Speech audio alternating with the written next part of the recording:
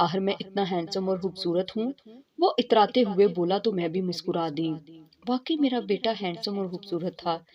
میں نے پھر بھی اسے خریدا کہ فرض کرو اگر اس کے گھر والوں نے انکار کر دیا تو تبھی مقبول سنجیدہ لہجے میں کہنے لگا پھر میرے پاس ایک ہی حل ہے، ہم دونوں کورٹ میرج کر لیں گے۔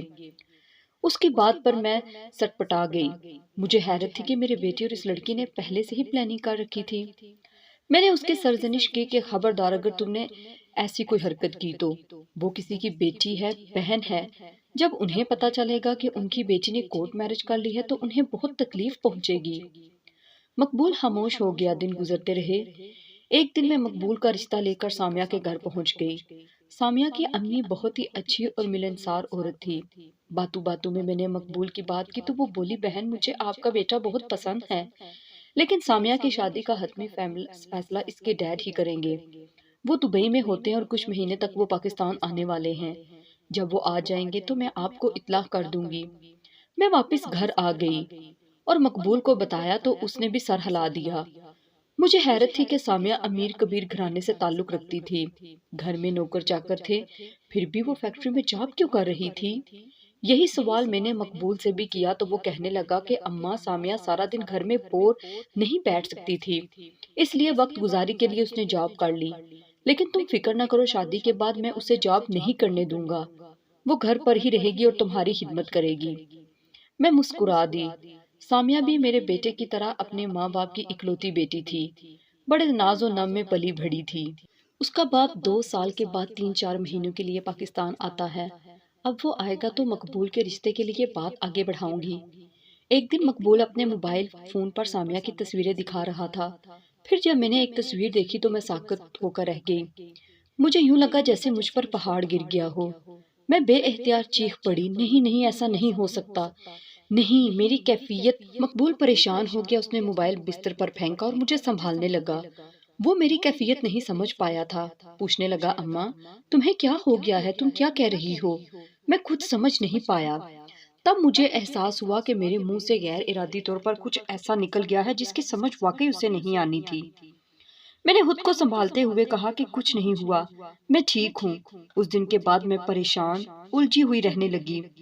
مقبول مجھ سے سوالات پر سوالات کرتا رہتا اور میں اسے بہلانے کو یہی کہتی تھی کہ کوئی خاص بات نہیں ہے، حالانکہ میرے پاس بتانے کو بہت کچھ تھا۔ اگر وہ سن لیتا تو اس کے پیروں کے نیچے سے زمین نکل جاتی، اس کی زندگی خراب ہو جاتی اور وہ غصے کی حالت میں پاگل بھی ہو سکتا تھا۔ اس لیے میں نے اپنے بیٹے کی بہتری کے لیے خاموش رہنا ہی بہتر سمجھا تھا۔ میں نے وقت گزرنے کے ساتھ ساتھ اپنی حالت پر قابو پا لیا تھا اور نارمل انداز میں رہنے لگی تھی۔ میں مقبول پر یہ شو ہی نہیں کرنا چاہتی تھی کہ میں اندر ہی اندر بہت پریشان اور الجھی ہوئی ہوں، لیکن حقیقت یہ تھی کہ میرے سوچنے سمجھنے کی صلاحیتیں جیسے ختم ہو گئی تھی۔ میں دن رات پریشان رہنے لگی تھی۔ میں مناسب وقت کا انتظار کر رہی تھی۔ مقبول بہت خوش تھا اور میں اس کی دائمی خوشیوں کے لیے دن رات دعائیں کرتی رہتی تھی۔ وقت پر لگا کر اڑتا رہا اور وہ دن بھی آ گیا جب سامیہ کا باپ دبئی سے واپس آ گیا تھا۔ جب مقبول کو پتا چلا تو وہ مجھ پر دباؤ ڈالنے لگا کہ میں جا کر اس کا رشتہ مانگوں۔ میں ٹال مٹول کرتی رہی۔ دراصل میں اس لڑکی کی شادی اپنے بیٹے سے نہیں کرنا چاہتی تھی۔ مجھے وہ لڑکی کسی صورت بہو کی صورت میں قبول نہیں تھی، لیکن سمجھ میں نہیں آ رہا تھا کہ مقبول کو کیسے انکار کروں۔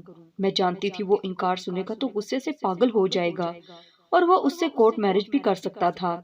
ایک دن شام کو مقبول فیکٹری سے گھر آیا تو مجھ پر دباؤ ڈالنے لگا کہ میں کل جا کر سامیہ کا رشتہ مانگوں۔ سامیہ نے اسے بتایا تھا کہ اسے پتا چلا ہے کہ اس کا چچا بھی اس کا رشتہ مانگنے کا سوچ رہا ہے۔ اس سے پہلے کہ اس کا رشتہ کہیں اور ہو جائے میں جا کر سامیہ کا ہاتھ مانگ لوں۔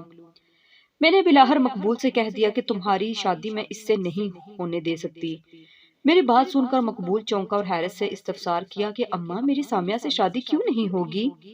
اس میں آخر کیا عیب ہے اور اتنے دنوں کے بعد ہی تمہیں عیب کیوں نظر آئے؟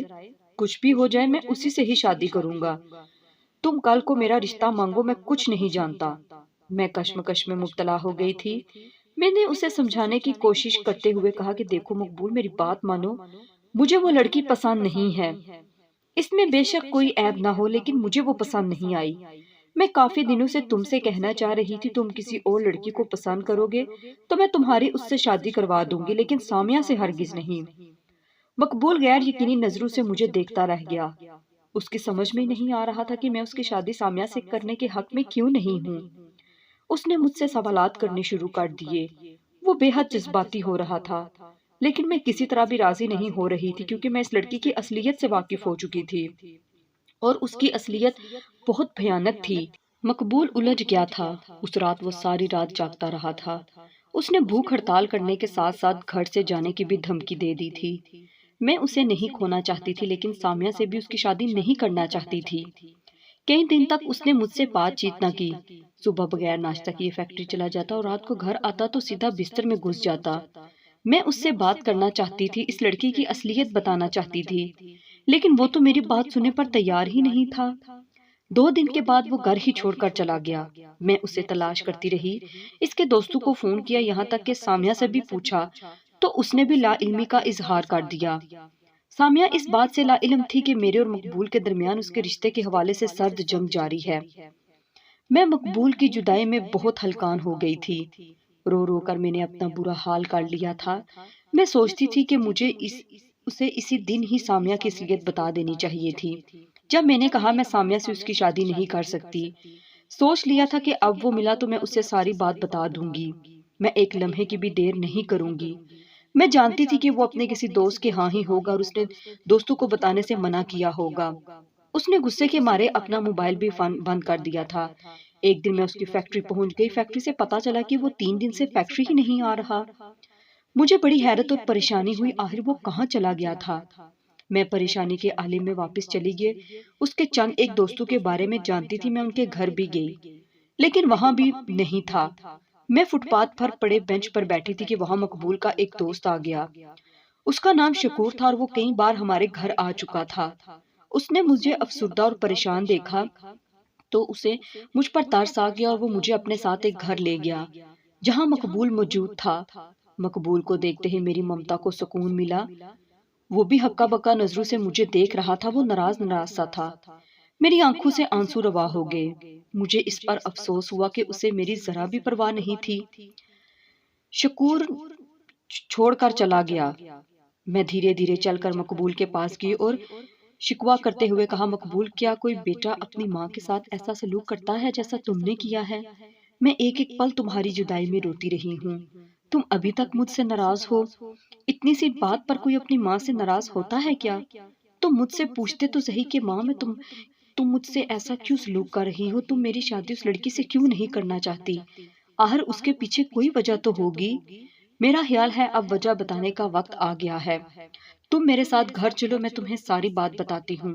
میں بڑی مشکل سے مقبول کو منا کر گھر لے آئی تھی۔ مقبول یوں خاموش تھا جیسے اس نے اپنے ہونٹ سی لیے ہوں۔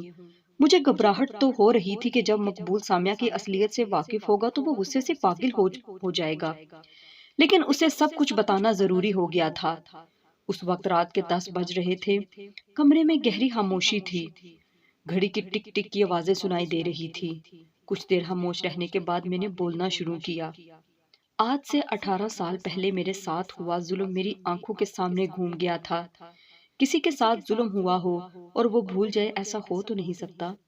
میں باوجود کوشش کی اپنے ساتھ ہوئے ظلم کو نہیں بھول سکی تھی۔ بھلانے کی کوشش بھی کرتی لیکن کامیاب نہیں ہو پاتی تھی۔ میرا نام سمرین ہے۔ میں اس وقت ایک کالج میں پڑھتی تھی جب میری عمر 17 سال تھی۔ میں ایف اے کی طالبہ تھی۔ میرا باپ تو فوت ہو چکا تھا لیکن اماں حیات تھی۔ میں اپنی ماں کی اکلوتی بیٹی تھی۔ اماں کی خواہش تھی کہ میں پڑھ لکھ کر ٹیچر بنوں اور ہماری غربت کے دن ختم ہوں۔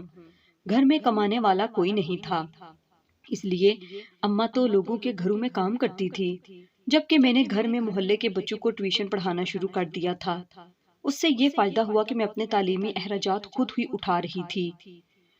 تنگی تو تھی لیکن آخر زندگی کی گاڑی کو بھی تو کسی نہ کسی طرح دھکا لگانا تھا نا۔ جب میں نے جوانی کی دہلیز پر قدم رکھا تو اماں نے میری شادی کے خواب بھی دیکھنا شروع کر دیے تھے۔ ان کی خواہش تھی کہ میری شادی خاندان میں ہی کسی لڑکے سے ہو تاکہ گھر کا رشتہ گھر میں ہی رہے۔ ہمارے خاندان کے کئی لڑکے اچھی پوسٹوں پر تھے لیکن کسی نے بھی میری طرف دیکھنا گوارا ہی نہیں کیا تھا۔ ایک بار تو مجھے اپنی کزن کے ذریعے پتا چلا تھا کہ اس کا بھائی کہتا ہے کہ میں کبھی سمرین سے شادی نہیں کر سکتا کیونکہ وہ غریب لوگ ہیں، ان کے پاس جہیز میں دینے کے لیے کچھ نہیں ہے۔ بے شک وہ میری کزن ہے لیکن میرے معیار کی نہیں ہے۔ میں ایسی لڑکی سے شادی کیوں کروں جو میرے ہم پلہ ہی نہ ہو نہ ہی معیار کی ہو۔ دھن دولت نے اس کی آنکھوں پر پٹی باندھ دی تھی۔ اس کی باتیں تیر کی طرح دل میں چبھی تو ضرور تھی، لیکن میں نے پھر نظر انداز کر دیا تھا اور خود کو قسمت کے دھارے پر چھوڑ دیا تھا۔ اللہ جو بھی کرے گا بہتر ہی کرے گا۔ میرے نصیب میں اگر شادی ہوگی تو جس سے نصیب لکھا ہوگا اس سے ہو جائے گی۔ اسی دوران میرے کالج میں تنویر نامی ایک لڑکے نے داخلہ لیا۔ اس کے بارے میں مشہور تھا کہ وہ امیر والدین کا اکلوتا بیٹا ہے۔ اس کے باپ کا بہت بڑا بزنس تھا، گھر میں دولت کی ریل پیل ہے۔ ساتھ ہی یہ بھی پتا چلا کہ وہ ایک فلرٹی لڑکا ہے۔ اس کی فرینڈ لسٹ میں زیادہ تر لڑکیاں ہیں۔ میں کالج میں اسے کئی لڑکیوں سے ملتے جلتے دیکھا کرتی تھی، لیکن میں نے اسے نظر انداز کر دیا۔ خیر ایک دن مجھے کالج میں نوٹس کی ضرورت پڑی۔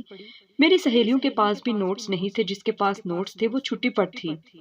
میں بہت پریشان تھی، کسی نے تنویر کو میرے بارے میں بتا دیا۔ اس نے مجھے نوٹس دے دیے۔ میں اس سے نوٹس نہیں لینا چاہتی تھی۔ خیر میں نے اس سے نوٹس لے لیے۔ یوں ہماری پہلی ملاقات ہوئی اور آہستہ آہستہ ہم دونوں دوست بن گئے۔ ویسے تو اسلام میں لڑکی اور لڑکے کی دوستی منع ہے۔ ایسی دوستیاں اللہ کی ناراضگی کا سبب بنتی ہیں۔ ہم پہلے دوست بن گئے، پھر ایک دن تنویر نے مجھ سے اظہار محبت کر دیا۔ مجھے تو یقین ہی نہیں آیا۔ میں نے اس سے کہا کہ میرا تعلق غریب گھرانے سے ہے اور تم امیر کبیر لڑکے ہو، ہمارا میل ملاپ کیسے ہو سکتا ہے؟ مجھے نہیں تھا معلوم کہ وہ انسان کے روپ میں ایک درندہ ہے جس نے خود پر انسان کا خول چڑھا رکھا ہے۔ اس نے مجھے سہانے خواب دکھائے، اپنی چکنی چپڑی باتوں سے شیشے میں اتارا اور ایک دن مجھے بہلا کر اپنے دوست کے فلیٹ میں لے گیا۔ مجھے بڑا عجیب سا لگ رہا تھا، میں واپس جانا چاہتی تھی، لیکن تنویر نے نہ جانے اس نے مجھے مشروب پلایا جس میں نشہ آور دوائی ملی ہوئی تھی۔ مشروب پینے سے میں مدہوش ہو گئی۔ میری مدہوشی سے فائدہ اٹھاتے ہوئے تنویر نے میری عزت لوٹ لی۔ میں بہت روئی چیخی چلائی۔ تنویر کو میری عزت تار تار کرنے پر ذرا بھی ملال نہ تھا۔ ایک مہینے کے بعد پتا چلا کہ میں حاملہ ہوں۔ میرے پیروں کے نیچے سے زمین نکل گئی۔ مجھے سمجھ نہیں آ رہا تھا کہ میں کیا کروں۔ میں نے اس پر دباؤ ڈالنا شروع کر دیا کہ اب مجھ سے شادی کرو ورنہ میری ماں کسی کو منہ دکھانے کے لائق نہیں رہے گی۔ پہلے تو تنویر مجھے بہلاتا رہا کہ ہم بہت جلد کورٹ میرج کر لیں گے، لیکن کچھ دن گزرنے کے بعد وہ کالج سے یوں غائب ہو گیا جیسے گدھے کے سر سے سینگ۔ میں بہت پریشان ہوئی۔ میری راتوں کی نیند اور دن کا چین برباد ہو چکا تھا۔ اس کا فون بند تھا۔ جب میں نے اس کے ایک دوست سے پوچھا تو اس نے میرے سر پر بم پھوڑ دیا۔ میں حیران رہ گئی۔ اس کے دوست نے بتایا کہ تنویر تو 2 دن ہوئے اپنی فیملی کے ساتھ بیرون ملک چلا گیا ہے۔ میں گھر آ کر بہت روئی، بہت پچھتائی۔ میں نے خود کو کوسا کہ میں نے کیوں تنویر کی باتوں میں آ گئی تھی، میں نے کیوں اس کی جھوٹی محبت پر اعتبار کر لیا تھا، لیکن جو ہونا تھا وہ تو ہو چکا تھا۔ میں ڈر رہی تھی کہ اماں کو کیسے بتاؤں میں شادی سے پہلے ہی حاملہ ہو چکی ہوں، وہ تو مجھے مار ہی ڈالے گی۔ میں نے کالج جانا چھوڑ دیا۔ اماں نے پوچھا تو میں نے بہانہ کیا کہ کورس مکمل ہو چکا ہے اس لیے چھٹیاں ہو گئی ہیں۔ اماں بیچاری ان پڑھ اور سیدھی سادی عورت تھی۔ اس نے میری باتوں پر یقین کر لیا، لیکن وہ جاہدیدہ عورت تھی۔ اس نے بھانپ لیا کہ میں حاملہ ہوں۔ اس نے مجھ سے باز پرس کی تو میں نے سچ اگل دیا۔ اماں نے مجھے اچھا خاصا مارا تھا، بہت غصہ ہوئی تھی، لعنت ملامت کی تھی۔ اماں کو بدنامی کا ڈر تھا، اس لیے اماں نے میرا گھر سے باہر نکلنا بند کر دیا۔ حمل ضائع کرانے کے لیے کئی ڈاکٹروں سے بات کی، لیکن کوئی بھی راضی نہ ہوئی کہ ایسا یہ گناہ ہے، معصوم بچے کا قتل ہے۔ جب تمہاری پیدائش قریب آئی تو اماں نے مجھے خالہ کے ہاں چھوڑ دیا۔ تمہاری پیدائش میری خالہ کے گھر ہوئی۔ میری خالہ کے 2 بچے تھے، خالو فوت ہو چکا تھا۔ خالہ مجھے ہر وقت تانے دیتی رہتی تھی کہ تمہارا بیٹا ناجائز ہے، اسے میرے بچوں سے دور رکھا کرو۔ میں بہت روتی۔ ایک بار میرا دل کیا کہ میں تمہیں کوڑے کے ڈھیر میں پھینک آؤں، لیکن پھر سوچا کہ اس میں تمہارا کیا قصور ہے، قصور تو میرا ہے جو میں تنویر کی باتوں میں آ گئی تھی۔ میں 1 سال خالہ کے گھر رہی۔ اس دوران اماں بھی میرا غم دل کو لگا کر فوت ہو گئی۔ میں نے وہ مکان بیچ کر ایک اور محلے میں گھر خرید لیا اور تمہیں لے کر وہاں شفٹ ہو گئی۔ میں نے تمہیں ماں اور باپ دونوں بن کر پالا۔ ان 18 سالوں میں تمہارے باپ نے ایک بار بھی مڑ کر مجھے نہیں دیکھا کہ میں کس حال میں ہوں، مجھ پر کیا بیتی ہے۔ میں نے اپنا معاملہ اللہ پر چھوڑ دیا تھا، وہی تنویر سے بدلہ لے گا۔ اور سنو، تم جس لڑکی سے شادی کرنا چاہتے ہو وہ کوئی اور نہیں، تمہاری بہن ہے، سامیہ تنویر کی بیٹی ہے، جس کے تم بیٹے ہو۔ میری بات نے یقیناً مقبول کے سر پر بم پھوڑ دیا تھا۔ وہ مجھے یوں دیکھ رہا تھا جیسے پتھر کا بت بن گیا ہو۔ وہ بے ساختہ الفاظ میں بولا، اماں یہ تم کیا کہہ رہی ہو؟ تمہیں کیسے پتا چلا کہ سامیہ میری بہن ہے؟ تم نے تو اس کے باپ کو نہیں دیکھا۔ میں نے ٹھنڈی سانس بھرتے ہوئے کہا، مقبول تمہیں یاد ہے جب تم مجھے سامیہ کی تصویریں دکھا رہے تھے؟ انہی تصویروں میں نے ایک تصویر دیکھی جس میں تنویر موجود تھا۔ وہ کافی فاصلے پر کھڑا تھا لیکن میں اسے پہچان گئی تھی۔ پھر جب تم پہلی بار سامیہ کو گھر لائے تھے تو میں اسے دیکھتے ہی ٹھٹک گئی تھی، کیونکہ سامیہ کے نین نقش ہو بہو تنویر سے ملتے جلتے ہیں، اور میں اسے دیکھتے ہی سمجھ گئی تھی کہ وہ تنویر کی بیٹی ہے، اور آخرکار ثابت ہو گیا۔ بھول جاؤ سامیہ کو، وہ تمہاری بہن ہے، اور بہن سے کبھی شادی نہیں ہو سکتی۔ میں نے مقبول کو ساری حقیقت بتا کر خود کو ہلکا پھلکا محسوس کر رہی تھی، لیکن جانتی تھی کہ مقبول کے دل پر کیا گزر رہی ہوگی۔ اسے یہ پتا چل گیا تھا کہ وہ میری ناجائز اولاد ہے۔ اس رات ہم دونوں ماں بیٹا خوب روئے تھے۔ مقبول نے وعدہ کر لیا تھا کہ وہ آئندہ کبھی سامیہ سے بات چیت نہیں کرے گا۔ آخر لڑکیوں سے کہنا چاہتی ہوں کہ لڑکوں پر اعتبار نہ کریں۔ یہ اپنی جھوٹی محبت کا یقین دلا کر اپنی ناجائز خواہشات پوری کر لیتے ہیں اور بعد میں چھوڑ دیتے ہیں۔ میری لڑکیوں کو یہی نصیحت ہے کہ وہ کبھی کسی لڑکے پر اعتبار نہ کریں۔ مشکل کا شکار لڑکی ہی ہوتی ہے۔ آپ بھی محتاط رہیں اور لڑکوں کی جھوٹی محبت پر یقین نہ کریں، ورنہ بعد میں آپ بھی میری طرح پچھتائیں گی۔